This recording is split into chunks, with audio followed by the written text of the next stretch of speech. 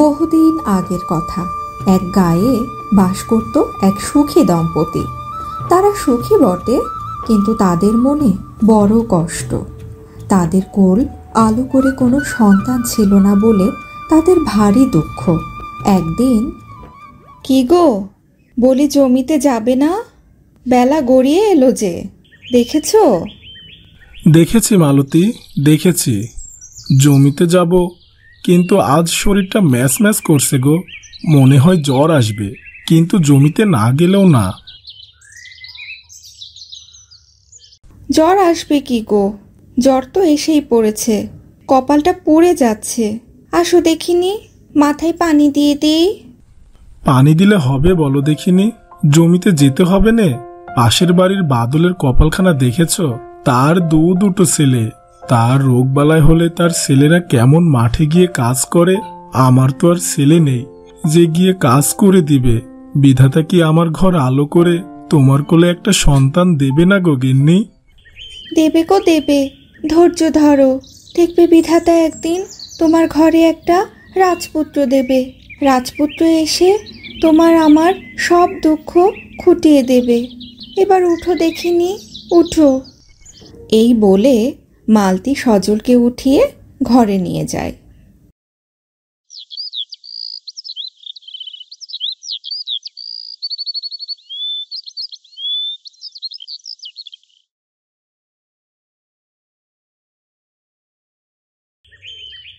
এই মরা খেজুর গাছটা এখানে রেখে কি হবে? তার চেয়ে ভালো এই গাছটা এখান থেকে কেটে ফেলে দেই। গাছটা কেটে বাড়িতে নিয়ে গেলে জ্বালানির কাজে দেবে।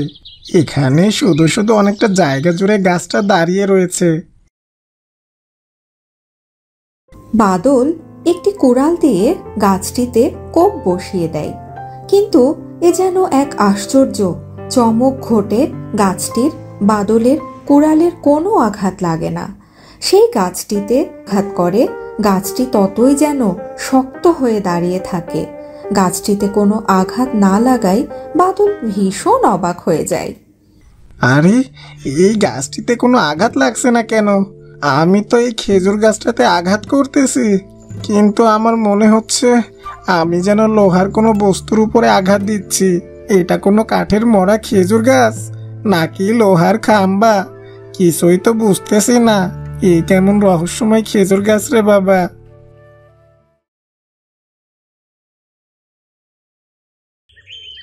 কি ভাইয়া সজল, কি খবর তোমার? কতদূর কাজ এগোচ্ছে? আজকে তো মনে হয় না তোমার কাজ শেষ হবে গো। তোমার তো 2 দিন লেগে যাবে এই কটা চারা গাড়তে। তুমিও না শুধু শুধু গায়ে পড়ে মজা নিচ্ছ ভাইয়া। তোমার বাপে ছেলেতে 3 জন আর আমি একা। আমি একা আর কতদূর কাজ করে এগোবে বলো? তাছাড়া শরীরটাও ভালো নেই গো, গায়ে জ্বর জ্বর ভাব। কাল তো সারাদিন বিছানা থেকে উঠতেই পারিনি। কি আর করার, অসুস্থ শরীর নিয়ে যেটুকু পারি করতে থাকি। তা তুমিও তো একটা বাচ্চা কাচ্চা নিতে পারো নাকি? তাহলে তো তুমিও কিছুটা আসান পেতে। আজ মারা গেলে কাল 2 দিন। তুমি মারা যাবার পরে তোমার এই সয় সম্পদ জমি জমা দেখভাল কে করবে শুনি? বলি কি, তুমি এখনই তোমার সবকিছু আমার উপরে ছেড়ে দাও। তুমি না থাকলে তো পাড়া প্রতিবেশী হিসেবে তোমার এগুলো দেখাশোনা করার দায়িত্ব আমারই নিতে হবে।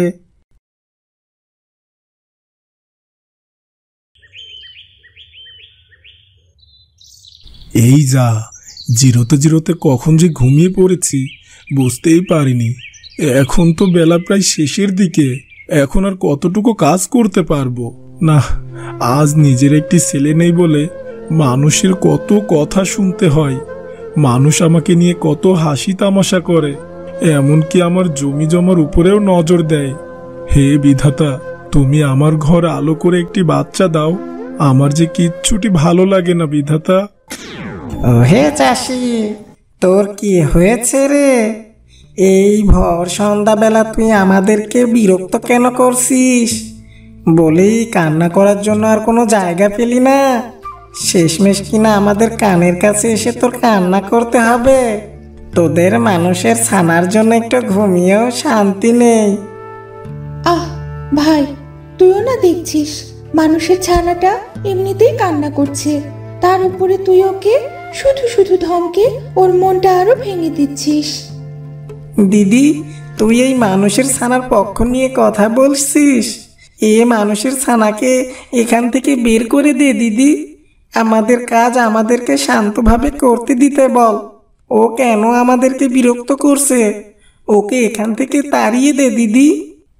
আমি ব্যাপারটা দেখছি, তার সাথে কথা বলে আগে পুরো বিষয়টা পরিষ্কার করতে হবে। সে কেন কাঁদছে, তার কিসের এত দুঃখ? তোমরা কারা? আমাকে যেতে দাও, আমাকে যেতে দাও। আমি তো জানি না তোমরা এখানে রয়েছো, তাহলে কি আমি এখানে আসতাম বলো? দয়া করে আমাকে ছেড়ে দাও, আমাকে যেতে দাও। আমাকে খেয়ে ফেলো না তোমরা, আমাকে যেতে দাও। আমার বাড়িতে আমার বউ অপেক্ষা করছে, আমি ছাড়া যে আমার বউয়ের আর কেউ নেই। তোমরা আমাকে দয়া করে ছেড়ে দাও। আমরা তোমাকে কিছুই করব না, তুমি ভয় পেও না। তোমার কি হয়েছে? তুমি এখানে বসে এভাবে কান্না করছো কেন? তোমার কিসের কষ্ট আমাদেরকে বলো। দিদি, তোর আবার এই মানুষের ছানার কষ্টের কথা শুনতে মন চাইলো? তুইও না পারিস বটে। আমার একটাও সন্তান নেই। আমার ঘর আলো করে কোনো সন্তান আসেনি বলে সবাই আমাকে নিয়ে হাসি তামাশা করে। আমার একটা সন্তান থাকলে আমার সব দুঃখ কষ্ট ঘুচতো। আমার একটা ছেলে থাকলে আমার সাথে এসে জমিতে কাজ করত, আমাকে সাহায্য করত। তাহলে আর এই অসুস্থ শরীর নিয়ে এখানে পড়ে পড়ে ঘুমোতে হতো না। ও আচ্ছা, তাহলে এই কথা। তবে আমরা কিন্তু তোমাকে একটা উপহার দিতে পারি, তবে আমাদের একটা শর্ত রয়েছে। তোমাকে আমাদের একটা কাজ করে দিতে হবে।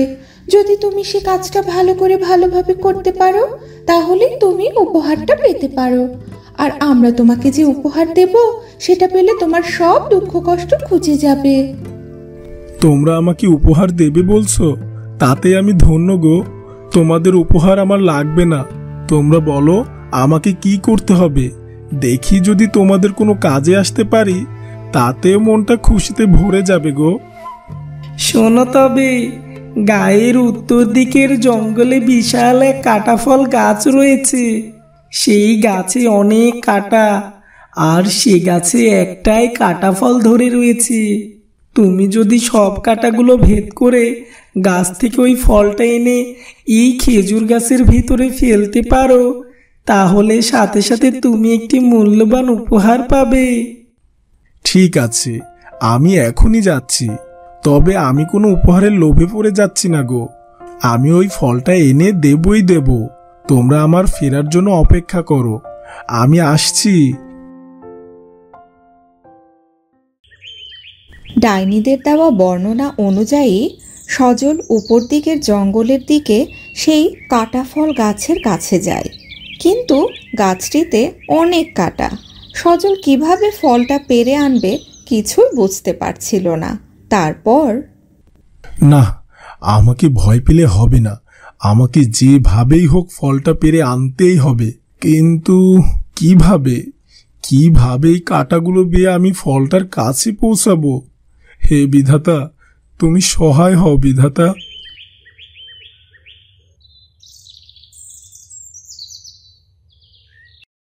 আমি কাঁটা ফলটা নিয়ে এসেছি। এবারে কি করতে হবে আমাকে বলো তোমরা। আমি তোমাদেরকে বলেছিলাম আমি কাঁটা ফলটা নিয়ে আসব। দেখলে তো, আমি পেরেছি। আমি কাঁটা ফলটা নিয়ে এসেছি। এবার এই গাছের ভেতরে এই ফলটা ফেলো, তারপর দেখো কি ঘটে। সজল খেজুর গাছটার ভেতর কাটা ফলটা ফেলে। তারপর সেখানে একটা আলোর ঝলক দিয়ে ওঠে। খেজুর গাছটি উধাও হয়ে যায়, আর সেখানে একটা রাজপুত্র দাঁড়িয়ে থাকতে দেখা যায়। রাজপুত্রটা আজ থেকে তোমার, তুমি তাকে নিজের সন্তান করে পেলে। তোমার মহৎ কর্ম দেখে আমরা খুশি হয়ে এই রাজপুত্রটা তোমাকে উপহার দিলাম। আসলে এই খেজুর গাছে একদিন এক সাধু বাবা ধ্যানে বসেছিল। ঠিক তখন ওই রাজপুত্র খেজুর গাছ থেকে খেজুর পাড়তেছিল, আর তখন সাধু বাবার ধ্যান নষ্ট হয়ে যায়। ফলে সাধু বাবা রাজপুত্রের উপর নারাজ হয়ে তাকে এই খেজুর গাছের ভেতর বন্দি করে রাখে। আর এই কাটা ফলের ভেতরে ছিল সাধু বাবার মন্ত্র নষ্ট হবার বিষ। এই সাধু বাবা রাজপুত্রের সাথে আমাদেরকেও এখানে তার মন্ত্র বলে বন্দি করে রেখেছিল, যার ফলে আমরা খেজুর গাছ ব্যতীত অন্য কোথাও যেতে পারিনি। আজ তোমার জন্য আমরা মুক্তি পেলাম, আমরা মুক্ত। আয় বাবা, বুকে আয়। আজ থেকে আমি তোর বাবা, তুই আমাকে বাবা বলে ডাকবি। চল, তোকে তোর মায়ের কাছে নিয়ে যাই। তোমাদেরকে অসংখ্য ধন্যবাদ, তোমরা আমাকে রাজপুত্র দিলে। তোমাদের ঋণ আমি কখনো ভুলতে পারবো না। ভালো থেকো।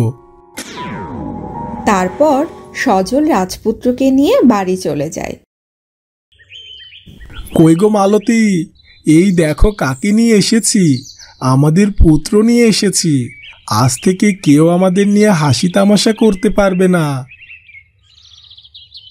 সত্যি বলছো? সত্যি? ও আমার সন্তান আজ থেকে আমাদের সাথে থাকবে, আমাকে মা বলে ডাকবে। হ্যাঁ মা, আজ থেকে তুমি আমার মা। আমি কতদিন পর আমার মাকে পেয়েছি। ও মা, মা গো, আমাকে নিজের হাতে খাইয়ে দাও না মা। কবে থেকে মায়ের হাতে যে খাই না। আয় বাবা আয়, আমি তোকে খাইয়ে দিচ্ছি।